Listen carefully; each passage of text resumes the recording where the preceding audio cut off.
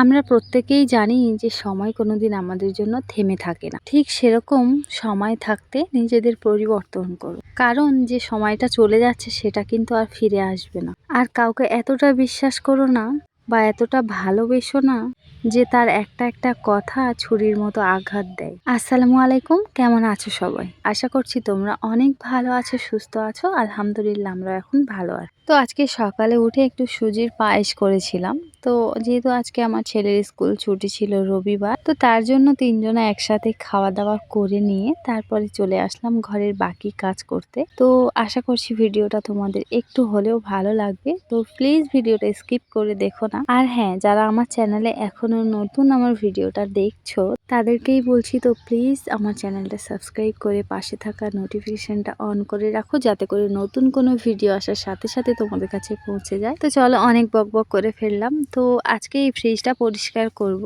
তো প্রায় অনেক দিন হয়ে গেছে পরিষ্কার করিনি। তো তার কারণ হচ্ছে যে হেলা করেই করা হয়নি। তো আমার বর যখন কলকাতাতে কাজ করত, তো তখন উনি সপ্তাহে আসতো, কখন 2 সপ্তাহ পরে আসতো, আবার কখন 3 সপ্তাহ। তো সেই হিসাবে যখন আসতো বাড়িতে, তো তখনই ফ্রিজটা পরিষ্কার করা হতো, মানে আসার আগে। তাই এখন যেহেতু বাড়িতে আসবে না, তাই আর কি এতটা চাপ নেই। তো সেই হিসাবে আজকে ভাবলাম চলো ফ্রিজটা পরিষ্কার করে নিই। জীবনে আমরা অনেক কিছুই পাই যে জিনিসগুলো আমরা যত্ন করি না, কদর করি না। তো সেই জিনিসগুলো দিন শেষে একটা সময় আমাদের কিন্তু কাজে লাগে। তো সেরকম আমার ফ্রিজটা তো যখন তখন দরকার লাগে না, বেশিরভাগ এমনি খালি থাকে। তবে যেরকম কোরবানির সময় বা কেউ আসলে কিছু নিয়ে এসে ফ্রিজে রাখা, ওই যখন দরকার পড়ে তখন কাজে লাগে। তো সেই রকম যে মানুষগুলোকে তুমি বেশি ভালোবাসবে, বেশি গুরুত্ব দেবে আর বেশি বিশ্বাসও করবে, তো সেই মানুষগুলো একটা সময় তোমাকে অনেকটা কষ্ট দেবে।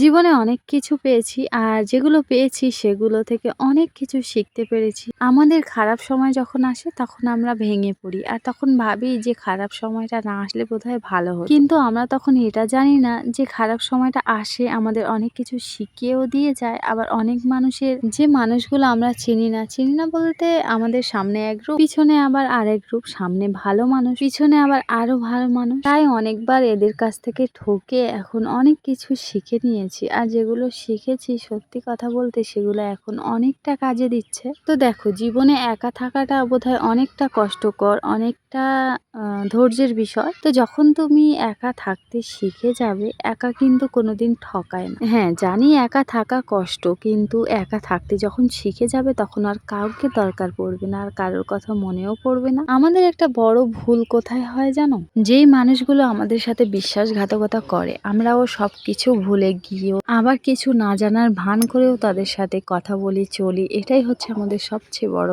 ভুল। আবার অনেকেই বলবে যে ক্ষমা করে দেয় সে মহান, কিন্তু আমি বলবো যে প্রথমবারেই নিজের ভুলটা বুঝতে পারে না, তাকে বারবার ক্ষমা করে মহান মানুষ হয়েও কোনো লাভ নেই। যে বুঝেও বোঝে না তাকে বোঝানো যায় না। কথাটা খারাপ লাগলেও, তেতো লাগলেও এই কথাটাই কিন্তু বাস্তব কথা। একটু মাথা খাটিয়ে ভেবে দেখো। তোমাদেরকে একটা উদাহরণ দিই চলো। নিম পাতাকে তো সবাই চেনে, আর নিম পাতার রস বানালে কতটা তেতো হতে পারে এটাও অন্তত বুঝতে পারছো। তো ঠিক সেরকমই নিম পাতার রসে তুমি মিষ্টি গুলে দিলেও নিম পাতার রস কোনোদিন মিষ্টি হয়ে যায় না। সেই রকম কিছু কিছু মানুষ আছে যাদের যত ভালোবাসো, যত বিশ্বাস করো আর যত কাছের মনে করো, তারা যেরকম সেরকমই থাকবে। তারা কিন্তু কখনো পরিবর্তন হবে না। হ্যাঁ, কিছুক্ষণের জন্য হবে, আবার যেরকম মানুষ সেরকমই থেকে যাবে। তো দেখো, তোমাদের সাথে কথা বলতে বলতে আমার বিছানাটা তো দেখেছো কি অবস্থা ছিল। তো সবটা গুছিয়ে নিয়েছি, চলে এলাম আরেকটা ঘরে। তো আরেকটা ঘরের বিছানার চাদর না আমি কালকে ধুয়ে দিয়েছিলাম, তো আরেকটা চাদর বিছিয়ে রেখেছিলাম। তো সেই চাদরটা আমার ছোট ছেলেটা মানে পানি ফেলে দিয়েছিল। তো তারপরে আমি একটা ক্যাঁথা বিছিয়ে রেখে দিয়েছিলাম, রাতে কোনো রকম ক্যাঁথা বিছিয়ে শুয়েছিলাম। তো তারপর সকালে ভাবলাম চলো চাদরগুলো বিছিয়ে নেই, ঘরটা একটু গুছিয়ে নেই। তো আজকে ঘর বাড়ি গুছানোর পিছনে একটা কারণ আছে, তো সেটাও তোমাদের সাথে শেয়ার করব। তো ভিডিওটা স্কিপ না করে পুরো দেখো। এমনিতে বাইরের জানালা থেকে রোদ আসছে, আর তার উপরে চাদরটা ছিল লাল কালারের, তো একদম জ্বলছে বিছানার উপরে। তো যাই হোক, বিছানার চাদরটা তো বিছিয়ে নিয়েছে। তো এখন বালিশগুলো আর ক্যাঁথাগুলো একটু গুছিয়ে নিলেই হয়ে যাবে। তো বালিশগুলো দুটো সাইডে দুটো বালিশ দিয়ে দিয়েছি।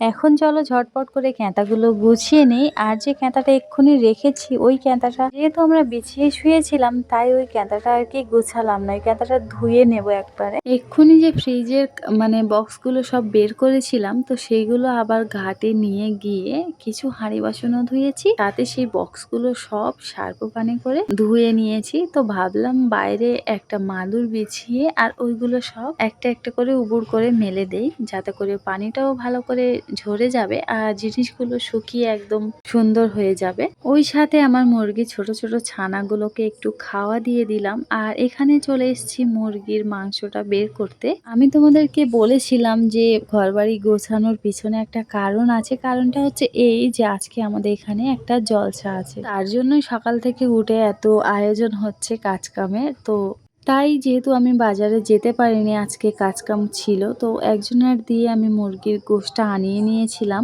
আর এখানে ছিল আদা রসুন চিনি আর একটা রিফাইন তেলের প্যাকেট, আর একটা ছিল হাঁড়ি বাসন ধোয়ার সাবান, একটা জালি গা ঘষা জালি। তো এই কটা জিনিস ছিল। আর আমার ছেলের দিয়ে সকালে এনেছিলাম আলু পেঁয়াজ, টুকটাক যেরকম লাগে অল্প অল্প করেই আনা। চিনিটা তো ঢেলে নিয়েছি কৌটোতে, আর তেলটা যেহেতু একদম খালি হয়ে গেছিল, বোতল অল্পই ছিল, আজকে রান্নার মতো ছিল, তো ভাবলাম রিফাইন তেলটাও ঢেলে নেই। তো তেলটা ঢেলে নিয়েও অনেকটা প্রায় প্যাকেটে ছিল, দুদিনে রান্না হয়ে যাবে। তো চলো সব তো ঢালা হয়ে গেছে, গুছিয়ে নিয়েছি, এখন রান্নাটা করতে বাকি আছে। আর যে মাদুরে আমি ফ্রিজের বক্সগুলো মেলে রেখেছিলাম, তো সেই ফ্রিজের বক্সগুলো আমার বড় ছেলেটা তুলে ঘরে রেখে এসছে। আর মাদুরটা যেহেতু মেঝেতে বেছানো ছিল বাইরে, তো তার জন্য ভাবলাম ধুয়ে মেলে দিই, যাতে করে মাদুরটাও পরিষ্কার হয়ে থাকবে। ওদিকে তো মাদুরটা মেলে দিয়েছি, আর এখানে চলে এসেছি সেই মানে ফ্রিজের বক্সগুলো লাগাতে। তো যখন ময়লা দেখেছি টপ টপ করে খুলে নিয়েছিলাম, তো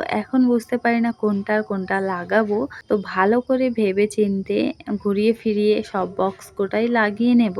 আর খোলার সময় তো খুব ভালো লেগেছিল বক্সগুলো টেনে টেনে খুলতে, আর লাগানোর সময় তো অনেকটা সমস্যা হচ্ছে। তো যাই হোক শেষ পর্যন্ত লাগিয়ে নিয়েছি। তো এখন ফ্রিজটা কত সুন্দর একটা লাগছে দেখতে পরিষ্কার হয়ে যাওয়ার পরে। আর আমি যেহেতু সার্ফ পানি করে ধুয়েছিলাম তাই আর কি সব মানে বক্সগুলো একদম চকচক করছে। তো চলো বক্সগুলো তো লাগিয়ে নিয়েছি, তোমাদের একটু ঘুরিয়ে দেখাই। তো কত সুন্দর একটা কালার দেখাচ্ছে দেখো। আর যখন ময়লা হয়েছিল তখন তো কিছু রাখতে ইচ্ছা করছিল না। হ্যাঁ এমন ময়লা না যে আমি কিছু রাখতে পারবো না, তবে হালকা ময়লা। আমি যেহেতু সবসময় পরিষ্কার রাখি তার জন্য আমার মনে হয়েছিল যে অনেকটা ময়লা হয়ে গেছে। ফ্রিজটা পরিষ্কার করলাম, কেমন লেগেছে তোমাদের কাছে কমেন্টে জানাবে। আর আমার রান্নাটাও প্রায় কমপ্লিট হয়ে গেছে। তো ওদিকে কাজকাম করতে করতে রান্নাটাও করে নিয়েছি। তো চলো তোমাদেরকে দেখাই। ভিডিওটা এই পর্যন্তই, আশা করছি তোমাদের ভালো লেগেছে। তো দেখা হচ্ছে নেক্সট কোনো ভিডিওর সাথে। আল্লাহ হাফেজ।